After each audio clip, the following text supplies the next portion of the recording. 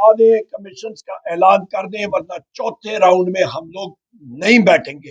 اور آج مجھے معلوم ہوا ہے کہ وزیر اعظم عمران خان صاحب کے یہی احکامات جو ہیں، انہوں نے خود بھی اٹیالہ جیل میں میڈیا کو یہی چیز بتائی ہے، اور منون اس پہ ہم لوگ عمل کریں گے۔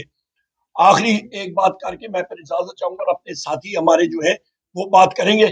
یہاں پہ صاحبزادہ حامد رضا صاحب میرے ساتھ موجود ہیں، ہمارے مذاکراتی کمیٹی کے یہ ممبر بھی ہیں، سنی اتحاد کونسل کے یہ چیئرمین بھی ہے۔ کل ان کی پریس کانفرنس روکنے کے لیے، کیا ان کو اریسٹ کرنے کے لیے، تقریباً آئی بی، آپ کا اسپیشل برانچ، پنجاب پولیس کے S Ps, D P Os, جو مرضی آپ کہہ دیں، وہاں پہ لٹن پٹن سارے ان کے وہاں پہ مدرسے پہنچے ہوئے تھے۔ اور میں نے اسپیکر صادق صاحب کو بھی انفارم کیا تھا، پولیس نے وہاں پہ غلط بیانی بھی کی۔ اصل ٹارگٹ یہ تھے، تو آپ خود اندازہ لگا لیں کہ اس وقت یہ فاشسٹ انسٹالڈ حکومت وہ مذاکراتی عمل کو خود ہی وہ ٹورپیڈو کر رہے ہیں۔ اور کل میں نے ٹویٹ بھی کی تھی کہ خدا نہ خواستہ ان کو یا اریسٹ کیا، کسی صورت ہم لوگ نہیں بیٹھیں گے، ہمارا واضح عمل ہے۔ اور آخر میں یہی کہوں گا ایک بار پھر کہ پاکستان کی انٹرنیٹ کیبل کو ہی شاخ مچھلیوں نے ڈھونڈا ہوا ہے۔ آپ کی انٹرنیٹ سپیڈ کم ہوئی ہے، آپ کا ڈیجیٹل انفراسٹرکچر نہیں چل رہا، آپ کے ملک میں، ہمارے ملک میں کرائسس ہے۔ پبلک سیکٹر ڈیولپمنٹ پروگرام 1400 ارب کا بجٹ میں ایلوکیٹڈ تھا، آج تک صرف 124 ارب روپے لگائے، جو کہ آپ کا 9% سے بھی کم ہے۔ ملک ترقی نہیں کر رہا، ملک میں کرائسس ہے، بے روزگاری بڑھ رہی ہے، 20 لاکھ لوگ ملک چھوڑ کے چلے گئے ہیں۔ تقریباً انہوں نے جو اماؤنٹ باہر بھیجی ہے وہ تقریباً 4000 ارب روپے کے برابر ہے، جو کہ 14 ارب ڈالر بنتی ہے۔ اور یہاں پہ آئی ایم ایف کے سامنے ہم نے کشکول دیا ہوا ہے کہ ہمیں 1.5 ارب ڈالر دیا جائے۔ ملک میں بدترین کرائسس ہے، اور اس وقت ایکس فاٹا کی رقم بھی آپ کی منسٹری پلاننگ یہاں پہ وہ خرد برد کرنے کے چکر میں ہے، وہ نہیں چاہ رہی، اور وہ ہمارے صوبے کا حق جو ہے وہ مار رہی ہے۔ میں آخر میں یہ بات کروں گا کہ اس سارے کرائسس کا ایک ہی حل ہے، فری اینڈ فیئر الیکشن، آزادانہ الیکشن کمیشن کے ذریعے۔ بحیثیت لیڈر آف دی اپوزیشن میں نے خط اسپیکر کو لکھا ہے کہ پارلیمنٹری کمیٹی بنائی جائے، کہ ہمارا جو سکندر سلطان راجہ ہے اس کی ریپلیسمنٹ کے لیے ایک نیا چیف الیکشن کمشنر آنا چاہیے، اور نئے کمشنرز 2 ان کی تعیناتی ہونی ہے۔ ابھی تک شہباز شریف نے جس کو ہم لوگ وزیر اعظم خیر مانتے نہیں ہیں، اس کی طرف سے ایسا رسپانس بھی نہیں آیا۔ تو ملک کا آوے کا آوا بگڑا ہوا ہے، ہمارے اوپر بے تحاشا پریشرز ہیں، اور یہ لوگ ہوش کے ناخن نہیں لے رہے ہیں۔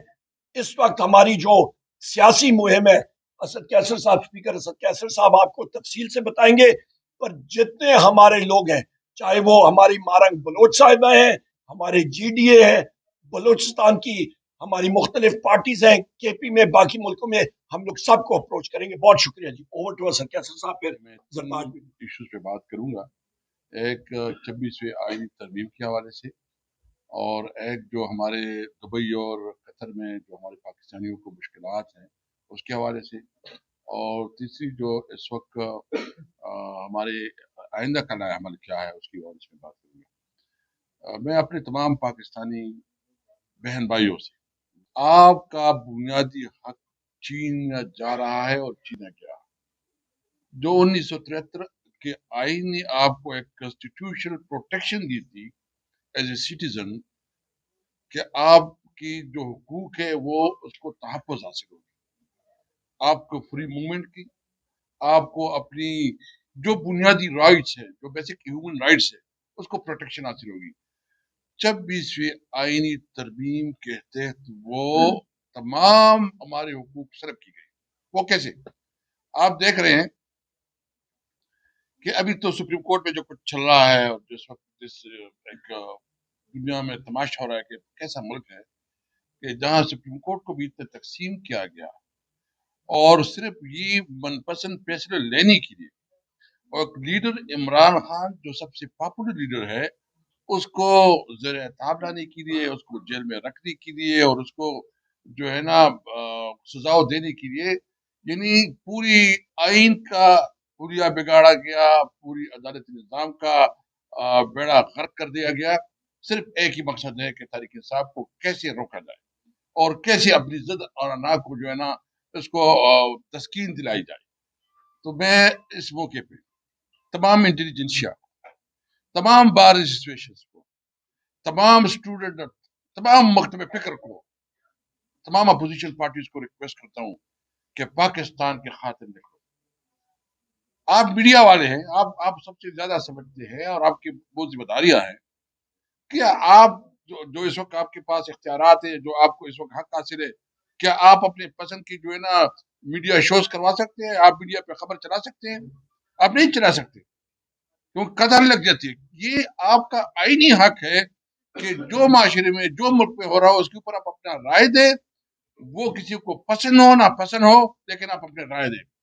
میں تمام اپنے ملک کے عوام سے خواہش کرتا ہوں کہ آپ نکلو. یہ صرف عمران خان کی جنگ نہیں ہے، یہ پاکستان کی عوام کی جنگ ہے، آپ کے حقوق کی جنگ ہے.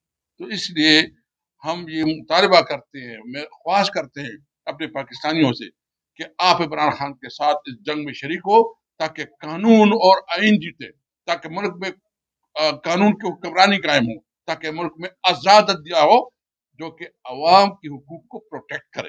تو یہ تو نمبر 1. نمبر 2،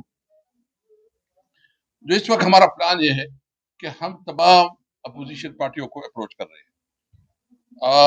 1-2 میٹنگ ہماری ہو چکی ہے. نیکسٹ میٹنگ میں ہفتے میں انشاءاللہ ہم پوری جتنی بھی اپوزیشن پارٹی ہیں اس کو جو ہے نا اپروچ کریں گے، یا انڈیویجولز وہ جو اہل رائے لوگ ہیں.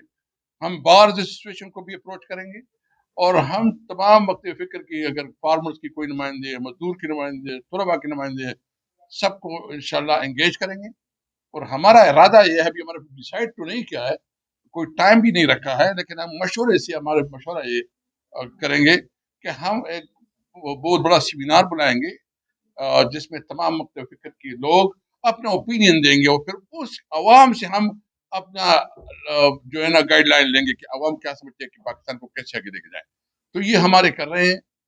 اور ایک میں اس وقت جو ہے نا دبئی ہمارا ایک بہت ہی قریبی دوست ملک ہے. بہت زیادہ پاکستان کی اکانومی میں دبئی، یو اے ای اور قطر کا بہت بڑا کردار ہے.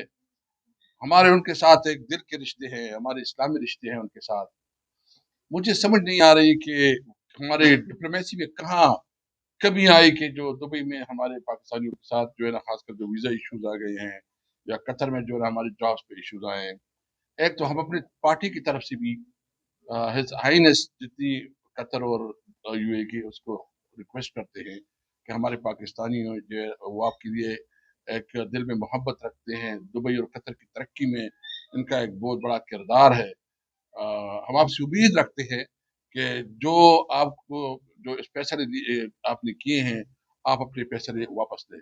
لیکن میں اپنی حکومت سے یہ مطالبہ کروں گا، اور بلکہ یہ میں کہتا ہوں کہ یہ ان کی ڈپلومیٹک چینل پہ بہت بڑی ناکامی ہے کہ کیوں اس طرح کی جو ایک فیصلہ ہوا ہے، ہمارا ایک قریبی دوست اور جو پاکستان کے ساتھ ایک محبت رکھنے والا دوست ملک ہے، جو ہر مشکل میں ہمارا ساتھ دیتا ہے، اس نے کیسے یہ فیصلہ کیا ہے. یہ ہمارے ملک کی ڈپلومیٹک چینل کی ناکامی ہے، یہ فارن آفس کی ناکامی ہے.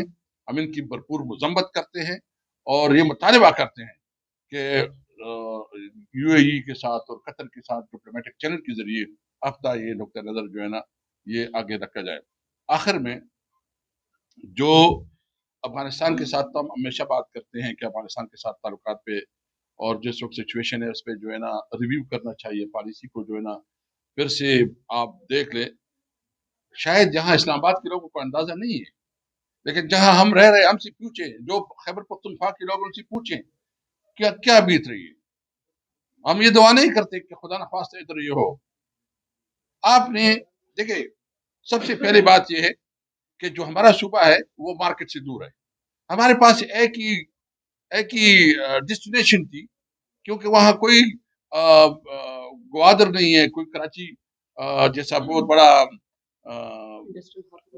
انڈسٹریل ہب نہیں ہے.